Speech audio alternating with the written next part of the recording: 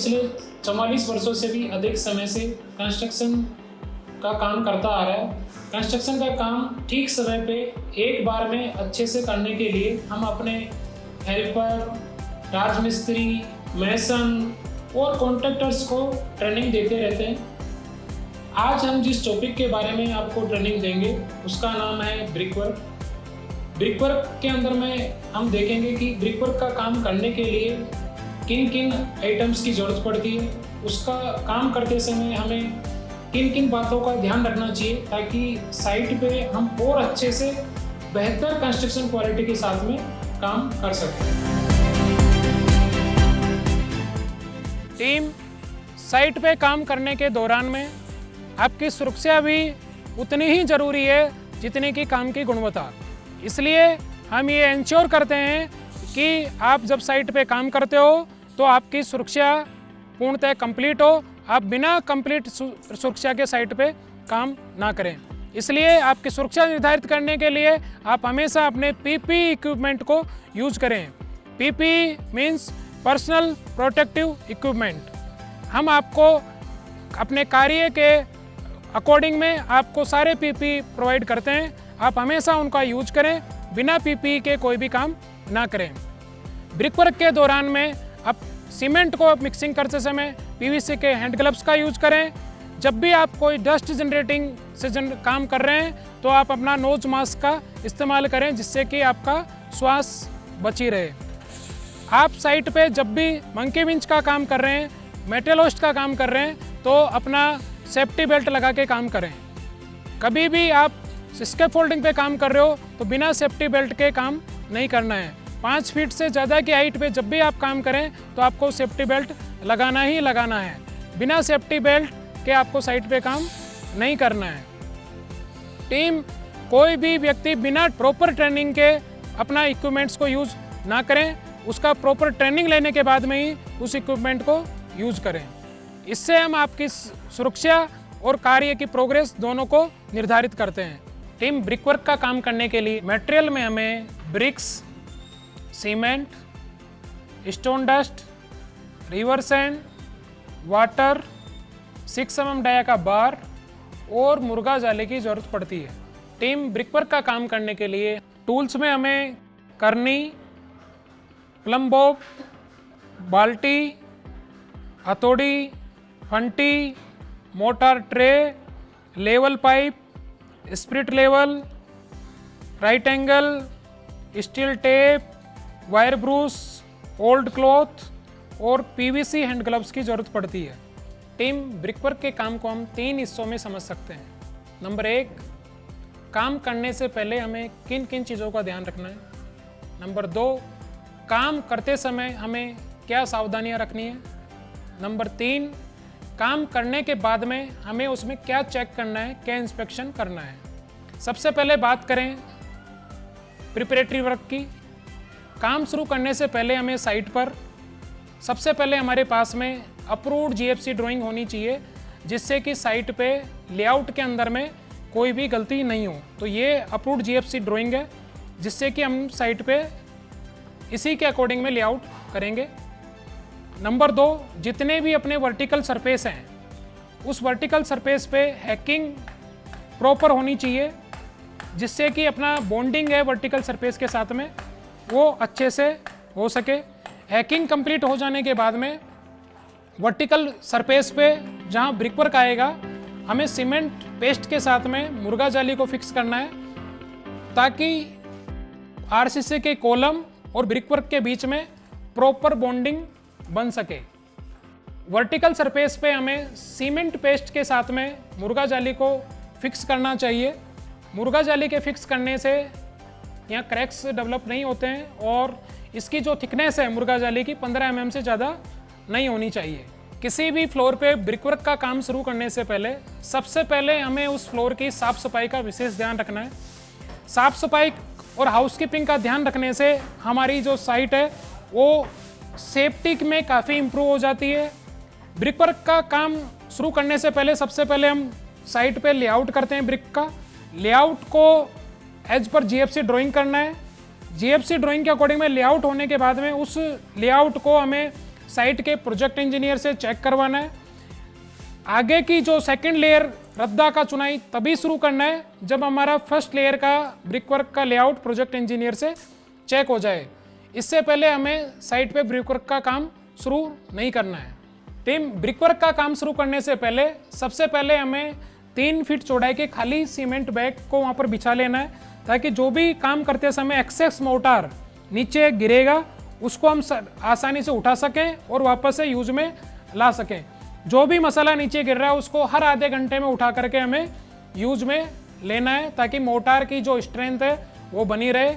इसी के साथ में टीम, हमें पहले से ये सुनिश्चित कर लेना है कि किसी भी वाल का फेस किस साइड में रखना है और अनफेस किस साइड में रखना है। जिस साइड में हम फेस रखेंगे उस तरफ में हमें अच्छे से उसकी पॉइंटिंग करनी है। साथ ही यदि हमें ब्रिक वर्क हाइट पे करना है तो उसमें जो भी स्टेचिंग या स्कैफोल्डिंग की रिक्वायरमेंट होगी उसको हमें काम करने से पहले ही उसको तैयार कर लेना है। टीम, यहाँ तक हमने देखा कि ब्रिक वर्क का काम शुरू करने से पहले हमें क्या क्या तैयारियाँ कर लेनी चाहिए। अब हम देखते हैं कि ब्रिक वर्क का काम को साइट पे कैसे करना है। उसके अंदर में काम करते समय हमें किन किन चीज़ों का ध्यान रखना चाहिए। मोर्टार मिक्सिंग के लिए हमें हमेशा मिनी मिक्सर मशीन का ही यूज करना है। कभी भी मोर्टार की मिक्सिंग हैंड मिक्सिंग से नहीं करनी है। मिक्सर मशीन से मोर्टार का मिक्सिंग करने से मोर्टार यूनिफॉर्म और होमोजेनियस बनता है, जिससे कि उसकी इफेक्टिवनेस मोर्टार की वो बढ़ जाती है। सबसे पहले बात करें, यदि हमें फुल ब्रिक वर्क साइज का यदि चुनाई का काम करना है, यानी कि 8 इंची या 9 इंची का जुड़ाई का काम करना है, तो उसके लिए हमें 1:6 के अनुपात के हिसाब से मोर्टार की मिक्सिंग करनी है, जिसमें 1 सीमेंट और 6 स्टोन डस्ट रहेगा। बात करें यदि हमें हाफ ब्रिक वर्क साइज यानी कि 4.5 इंची या 4 इंची ब्रिक वर्क का साइज का चुनाई का काम करना है, तो उसके लिए हमें 1:4 यानी कि 1 सीमेंट और 4 स्टोन डस्ट का मोर्टार का यूज करना है। ब्रिक वर्क का काम करते समय हमें कुछ चीज़ों का ध्यान रखना चाहिए। एक बार मैं आपको बताता हूं कि हमें ब्रिक वर्क का काम करते समय किन किन चीज़ों का सावधानियों का ध्यान रखना चाहिए। अभी हम एक ये 4 इंची की दीवार का ब्रिक वर्क कर रहे हैं, तो इसके अंदर में अभी हमारा 2 लेयर का ब्रिक वर्क हो चुका है। तीसरे लेयर का जब ब्रिक वर्क का करेंगे तो इसके अंदर में सबसे पहले एक मोर्टार 15 mm थिकनेस का, मैक्सिमम 15 mm थिकनेस का मोर्टार इसके अंदर में बिछा लेना है। उसके बाद में हम इसके अंदर में ब्रिक्स को रखेंगे और एक ब्रिक्स से दूसरे ब्रिक्स के बीच में जो गैप है उसको अच्छे से फिल करेंगे मोर्टार की हेल्प से। कहीं पर भी हमें गैप नहीं दिखना चाहिए एक ब्रिक्स के दूसरी ब्रिक्स के बीच के अंदर में। इसी के साथ में हमें इनका वर्टिकल यानी कि ओरिजेंटल लाइन है वो भी मेंटेन करना है सूता की सहायता से, कि कहीं ये एक ब्रिक दूसरे से अप डाउन नहीं होनी चाहिए। साथ ही साथ हमें ध्यान रखना है कि एक वर्टिकल जॉइंट सीधे दूसरे वर्टिकल जॉइंट के ऊपर में नहीं आना चाहिए। वर्टिकल जो जॉइंट्स हमारे वो कट होने चाहिए। कोई भी 2 वर्टिकल जॉइंट एक दूसरे के ऊपर नहीं आना चाहिए। ब्रिक्स का जो फ्रोग है वो हमेशा अप साइड में रहेगा, ताकि इसके अंदर में मोर्टार भर सके और एक लेयर से दूसरी लेयर की अच्छे से बॉन्डिंग हो सके। अभी हमारे 3 लेयर कंप्लीट हो चुके हैं। 3 लेयर के बाद में हम इसके अंदर में एक 6 mm डाया का स्टील रेनफोर्समेंट इसमें यूज करेंगे। ये 6 mm डाया का रोड है, इसको बिल्कुल सेंटर में इसमें रखेंगे और इसके बाद में पूरे पे एक बार इसमें हम मोर्टार ले करेंगे। थिकनेस का उसकी जो थिकनेस है 15 mm से ज़्यादा नहीं होनी चाहिए।